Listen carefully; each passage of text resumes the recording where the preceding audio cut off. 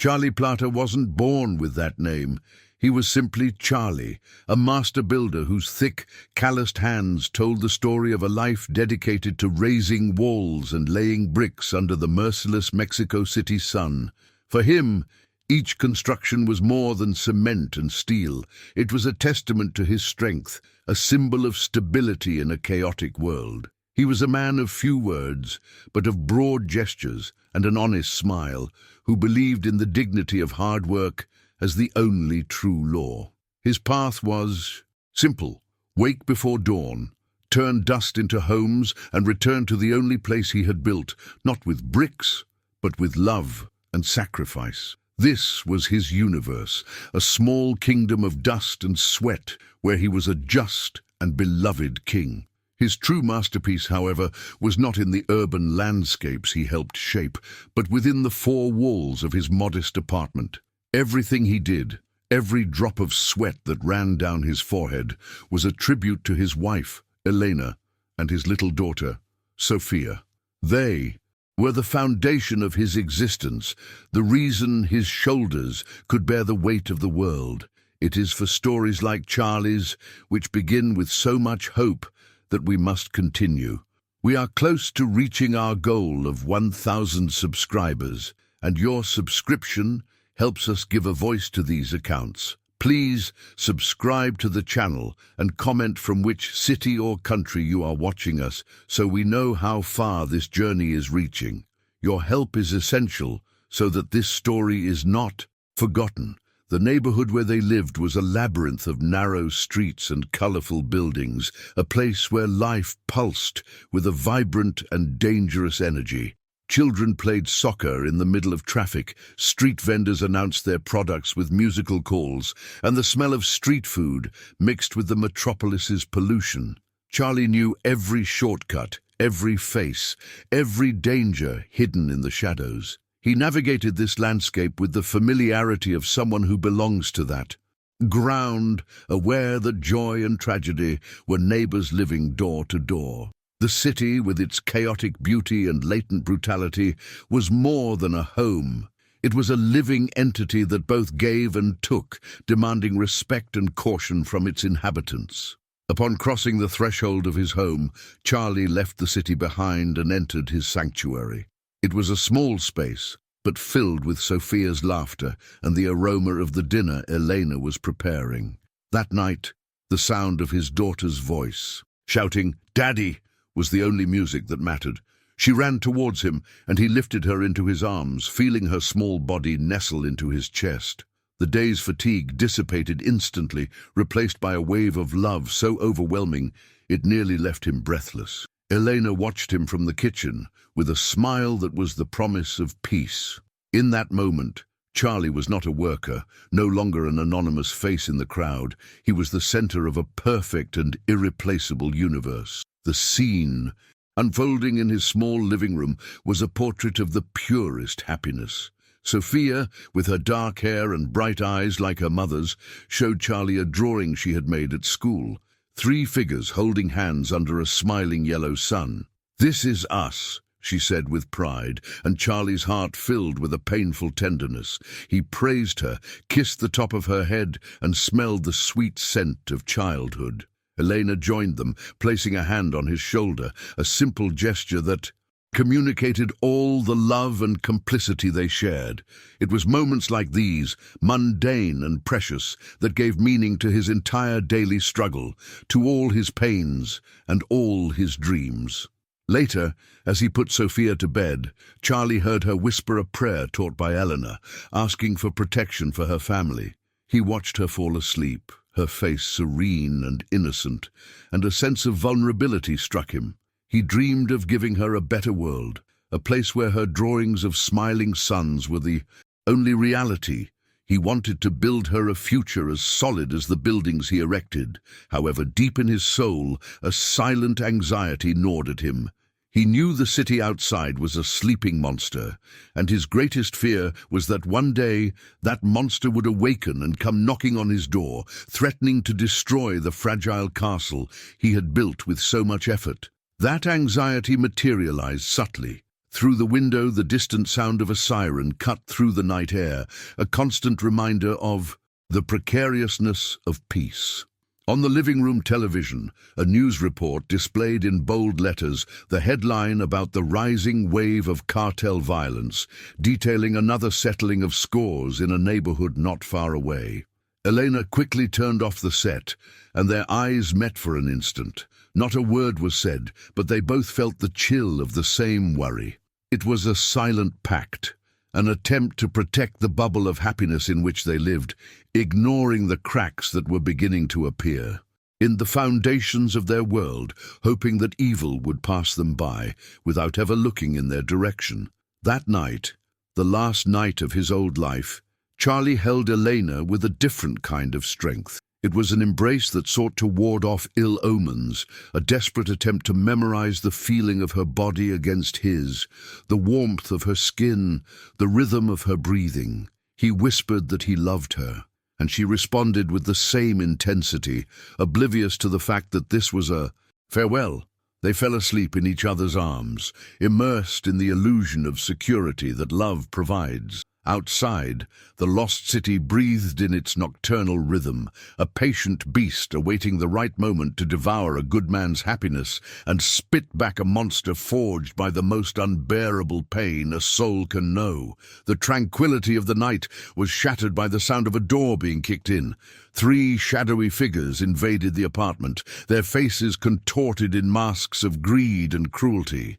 They were members of a local cartel, collecting a protection debt that Charlie had refused to pay at his construction site, an act of defiance he considered a defense of his dignity.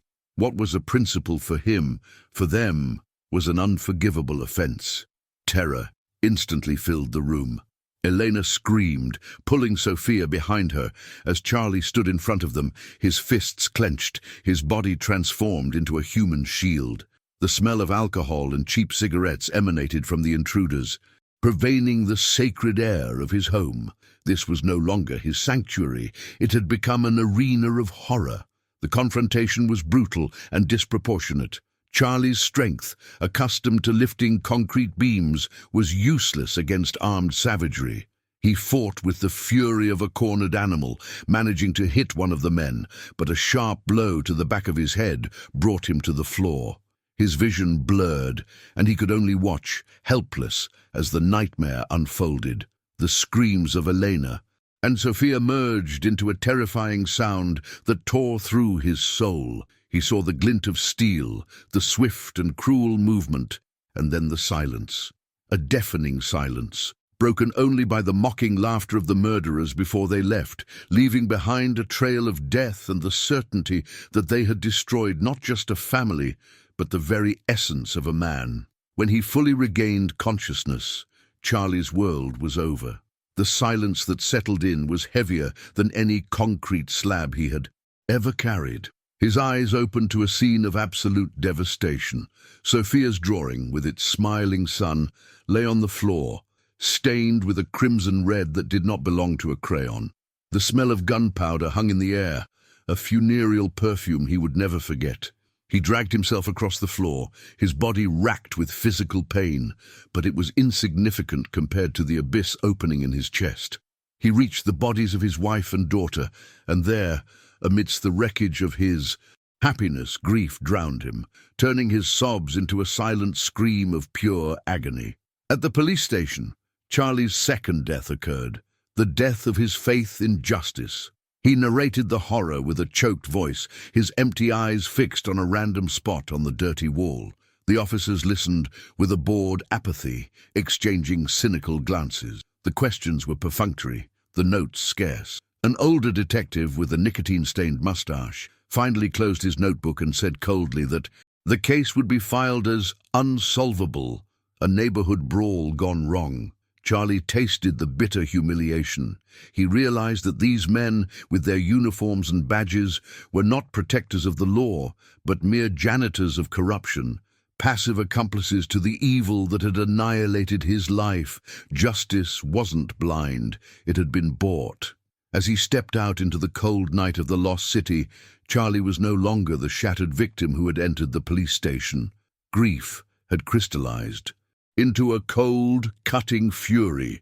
He looked at his hands, the same hands that had built homes and caressed his daughter's hair, and saw in them a new purpose.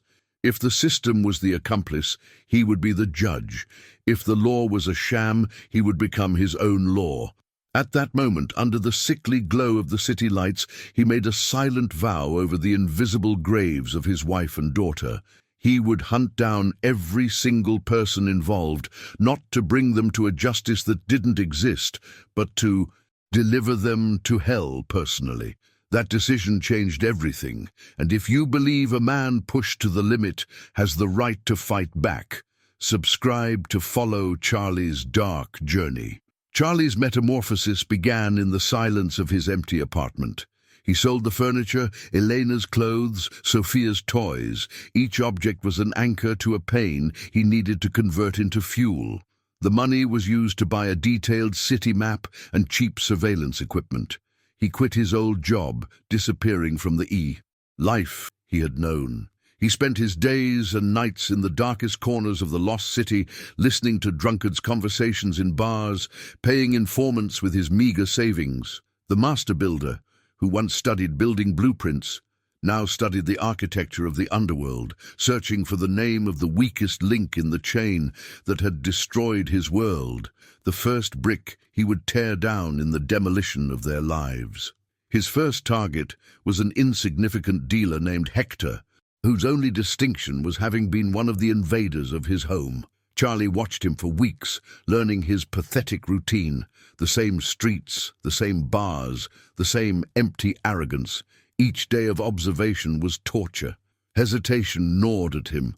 The memory of the man he used to be, a builder, not a destroyer, screamed in his conscience. He held the photo of his family, the paper already worn by the tears and sweat of his hands, and wondered if they would recognize the man he was about to become. Vengeance, which had seemed like a pure and righteous flame in his mind, revealed itself to be a cold, dark swamp, threatening to swallow what little humanity he had left. The execution was as clumsy as it was brutal. Charlie cornered Hector in a narrow, fetid alley, using the only weapon his hands still recognized, a sledgehammer. There were no words, only the dull, heavy sound of metal against bone.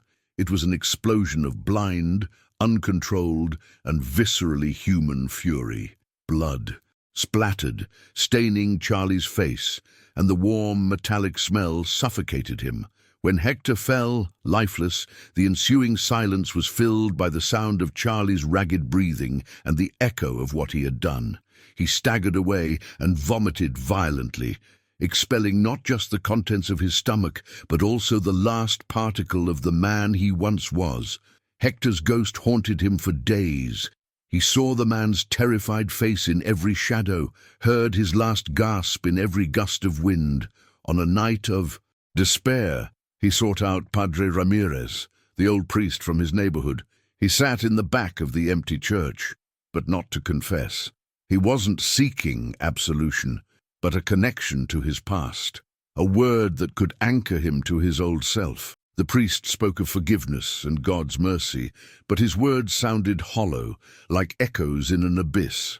Charlie understood there was no way back. Padre Ramirez's God might forgive, but he, Charlie, could not. He was alone in his new and terrible baptism of blood. The second kill was different, colder, more precise. The target was another member of the group, a man known for his cruelty.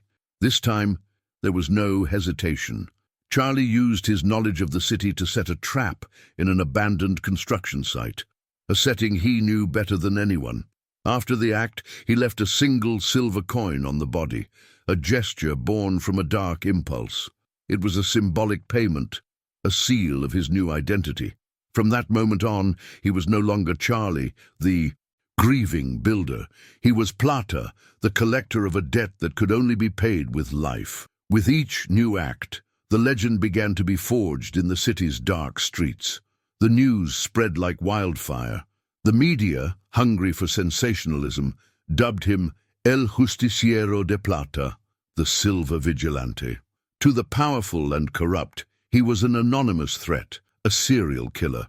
But in the poor neighborhoods where official justice never arrived, he became a whispered phantom, an avenging angel.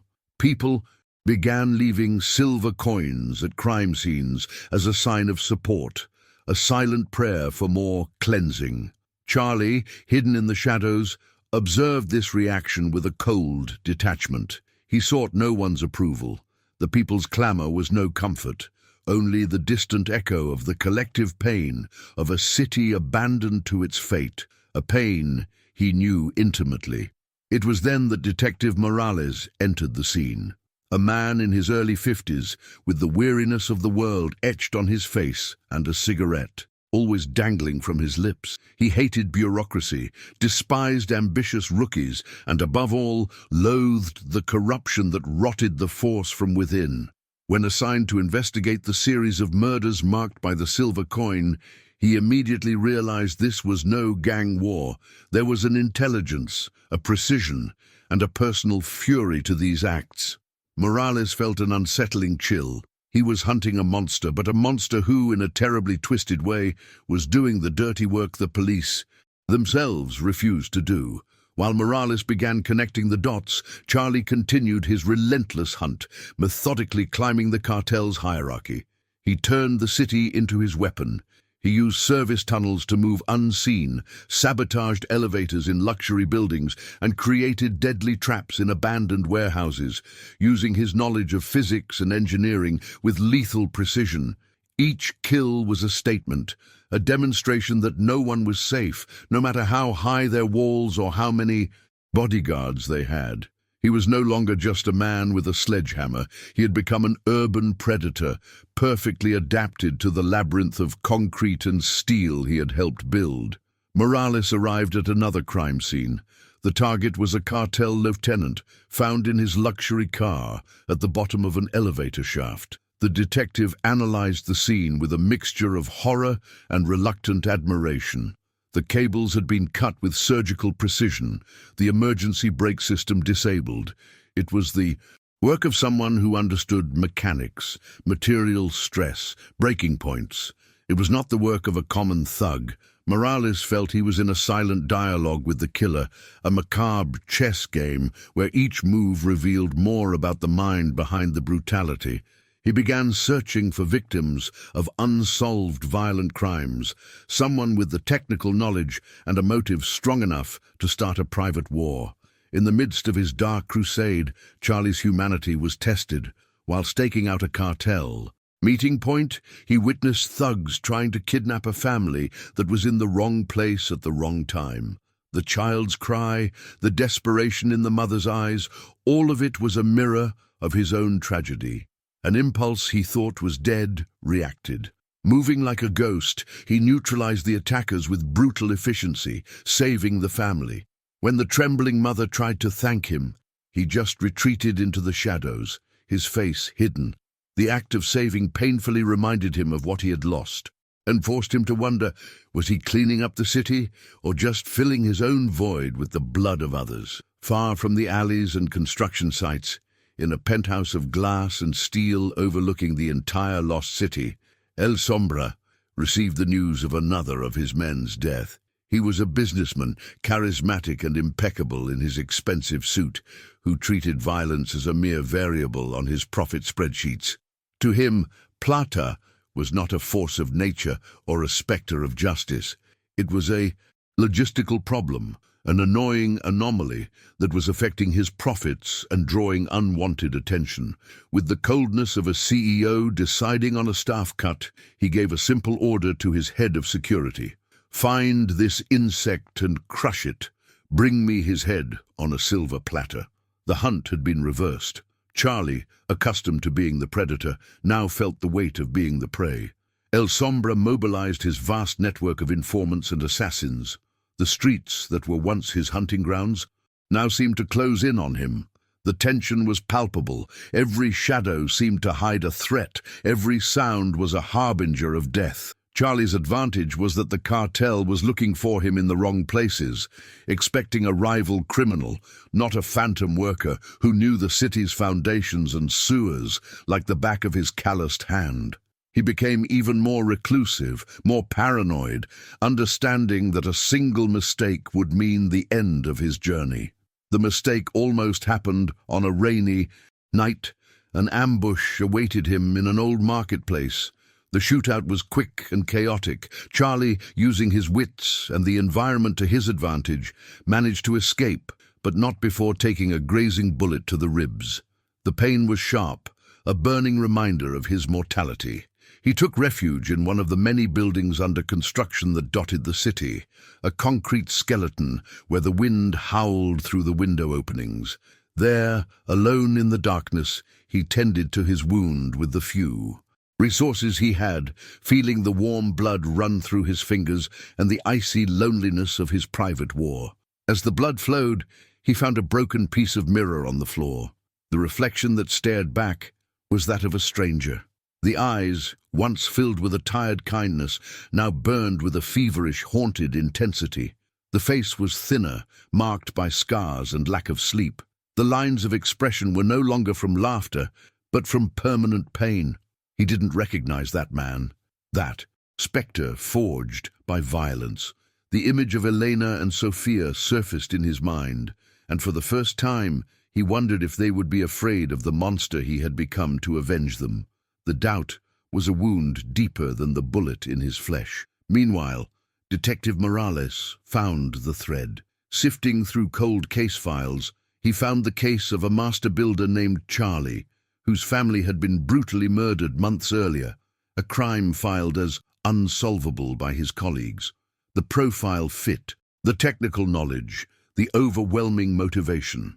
Morales visited Charlie's old apartment, now empty and lifeless, and felt the presence of the tragedy that permeated the walls. His moral dilemma deepened. Arresting Charlie meant handing over a broken man who was cleaning the scum from the city to the same corrupt system that had created and failed him. Letting him go free meant condoning a murderer. After recovering, Charlie changed tactics. Personal revenge was no longer enough. He realized that killing the soldiers would not bring down the king. His war became more strategic. Using his intelligence, he began attacking the infrastructure of El Sombra's empire. He intercepted drug shipments, burned cash houses, and used his skills to expose money laundering operations in major construction projects. He was no longer just trimming the branches of the poisonous tree. He was poisoning its roots. Each attack was a calculated blow to destabilize, to cause chaos within the organization and force the beast out of its lair. His journey led him once again to the door of Padre Ramirez's church. This time it was the priest who found him, waiting for him in the shadows of the courtyard. The old priest's face was a mask of sadness and concern. "Son," he said, his voice choked with emotion, "the path you have chosen does not lead to peace, only to more darkness. Your wife and daughter would not want to see you like this." Charlie, however, was beyond the reach of such. "Please." "Peace?" he replied, his voice hoarse and devoid of emotion. "Peace died with them, Father. What I seek is not for me. It is for them." He turned and walked away, leaving the priest praying for a soul he believed was already irredeemably lost. During his attacks on El Sombra's operations, Charlie found something more valuable than money or drugs: information. In a safe, he discovered a ledger, a detailed dossier with names, dates, and amounts. It was the irrefutable proof of El Sombra's web of corruption, listing police officers, judges, and high-ranking politicians on his payroll. Charlie's mission evolved instantly. It was no longer just about avenging his family, but about exposing and destroying the entire system that allowed monsters like El Sombra to thrive. He began organizing the data, creating a document that would be the nuclear bomb that could burn down the entire corrupt structure of the lost city. El Sombra's fury reached a boiling point. Plata's attacks were no longer mere inconveniences. They were costing him millions and, worse, exposing him. Anonymity was the foundation of his power. For the first time, the businessman of evil felt a pang of something resembling fear. He became obsessed, using all his influence and technology to hunt this ghost that haunted him.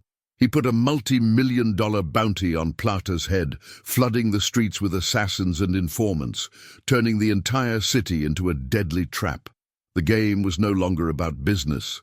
For El Sombra, it was now personal. Detective Morales, in turn, was summoned to his superior's office. The order was clear and direct. Drop the Plata case. The official excuse was that it would be transferred to a federal task force, but Morales knew the truth. The names he was starting to bump into in his investigation were too powerful.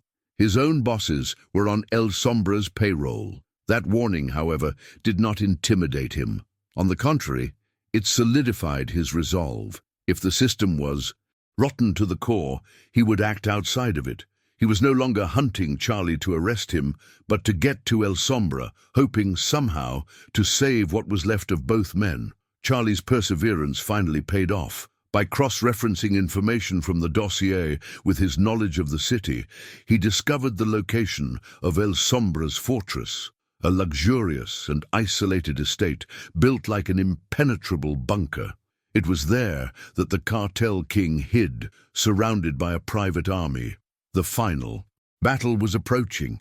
Charlie knew that invading that place was a suicide mission, a one-way journey, but death no longer scared him. The only fear he still felt was that of failure, of leaving his family's sacrifice without the final, overwhelming retribution he had promised. He spent days in a cheap hotel room, hunched over architectural plans of the property he had managed to steal. The master builder re-emerged, but with a dark purpose. He analyzed weak points, ventilation systems, plumbing structures, foundations. He wasn't planning a frontal assault, but an infiltration, like a cancer spreading through the house's veins until it reached its corrupt heart. He was in his element, transforming his old craft of creating into a new art of deconstructing. Every line he drew on the paper was another step towards the confrontation that would define his fate and that of the entire city. Before leaving, he took the only remaining photograph of Eleanor and Sophia. Their smiling faces seemed to belong to another life, to a distant dream. He traced the outline of his daughter's face with his calloused finger. "I did this for you," he whispered to the image, "so that no other father feels this pain." His journey was a plunge into hell, and he knew he wouldn't be coming back. Stories like this, about how far someone can go for love and justice, deserve to be told.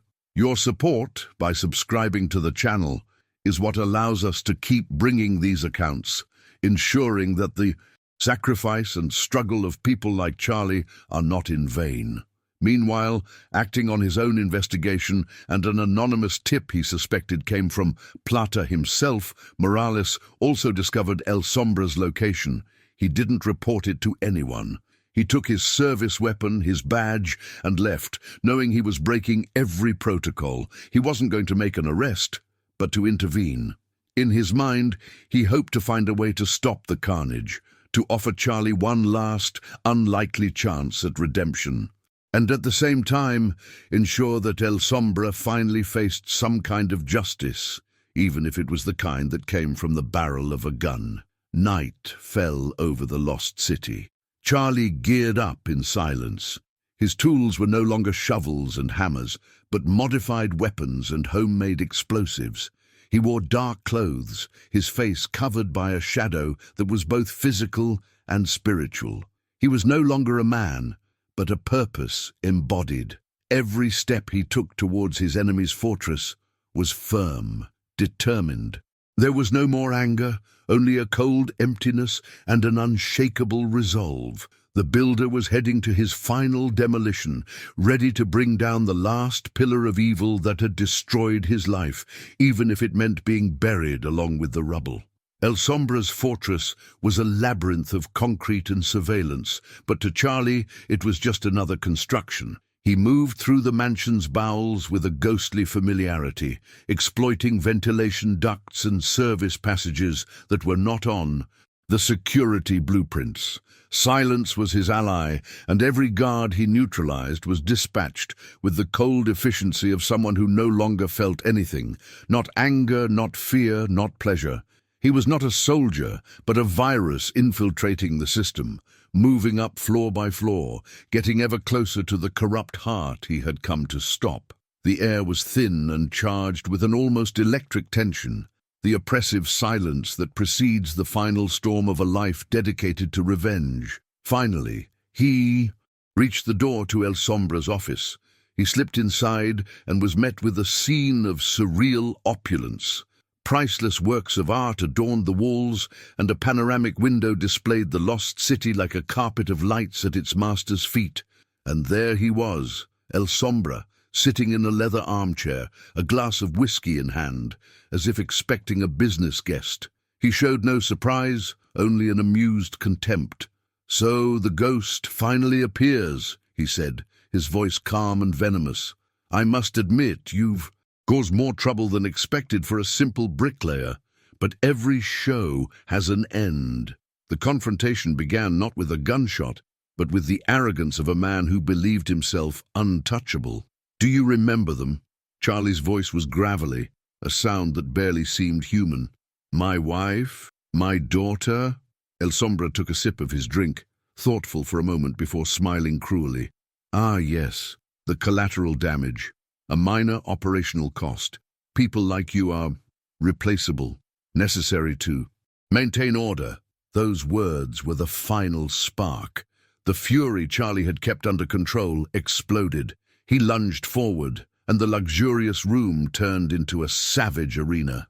The fight was a blur of raw violence, Charlie's brute strength against El Sombra's sadistic technique.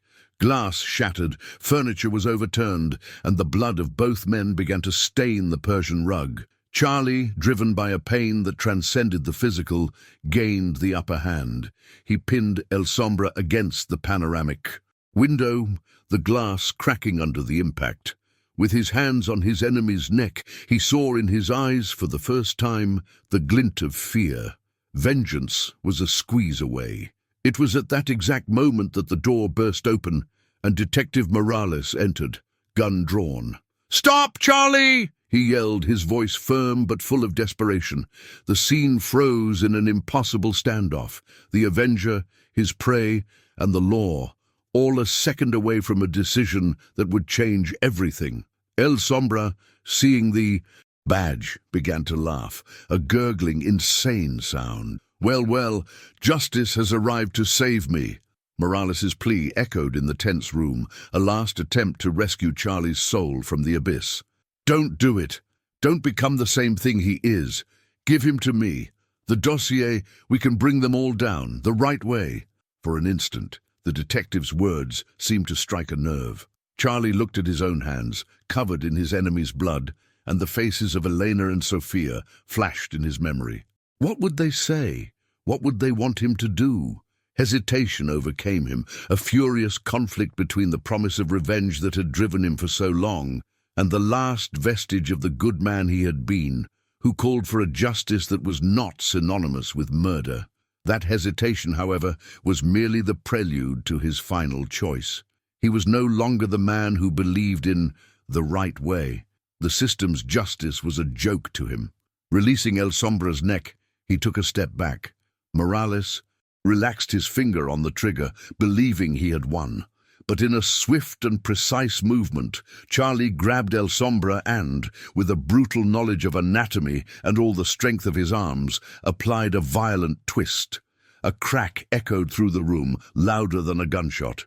It was not a blow to kill, but to destroy.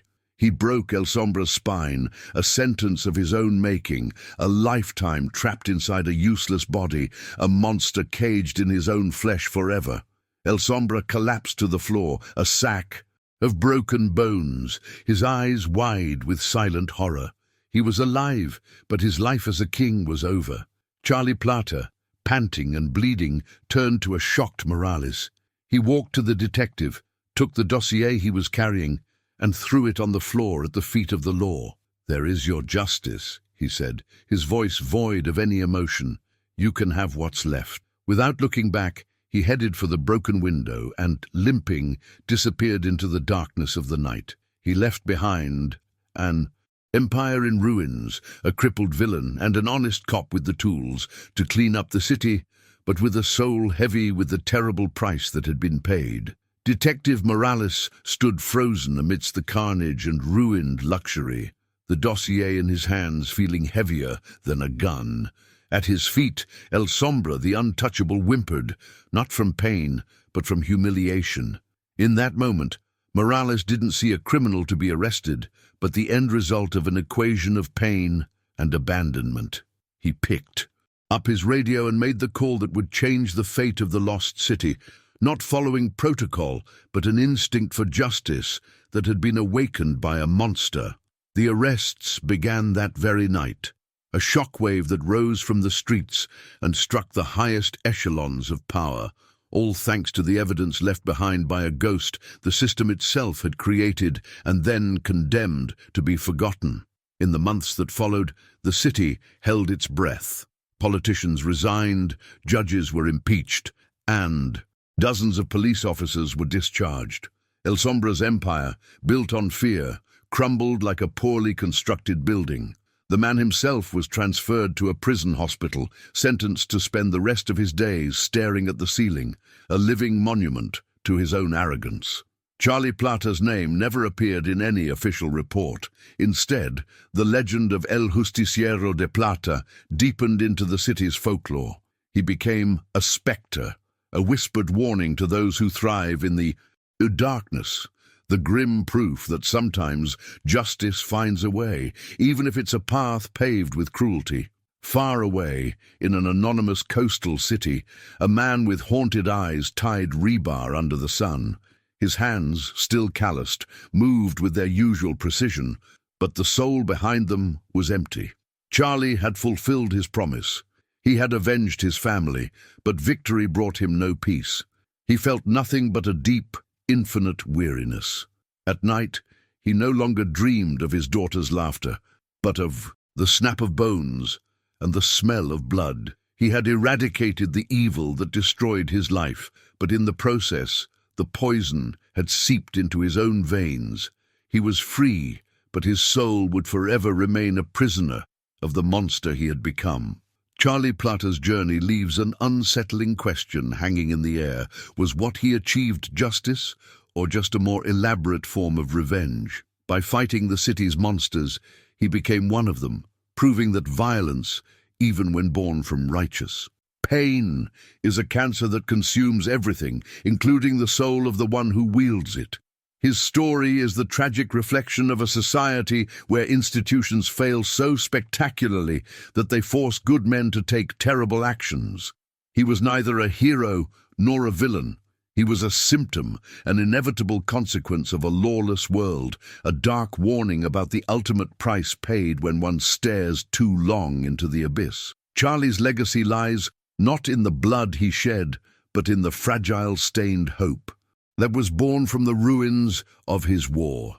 The lost city did not become a paradise, but evil now had a face and a name, and people began to believe they could fight back. The transformation of an ordinary man into an executioner served as a sacrifice that exposed the rot. Accounts like this force us to question the limits of morality. If you believe these stories must be told, subscribe to the channel. Your support is crucial for us to continue exploring the darkness of the human soul, ensuring that the lessons, however painful, are never forgotten.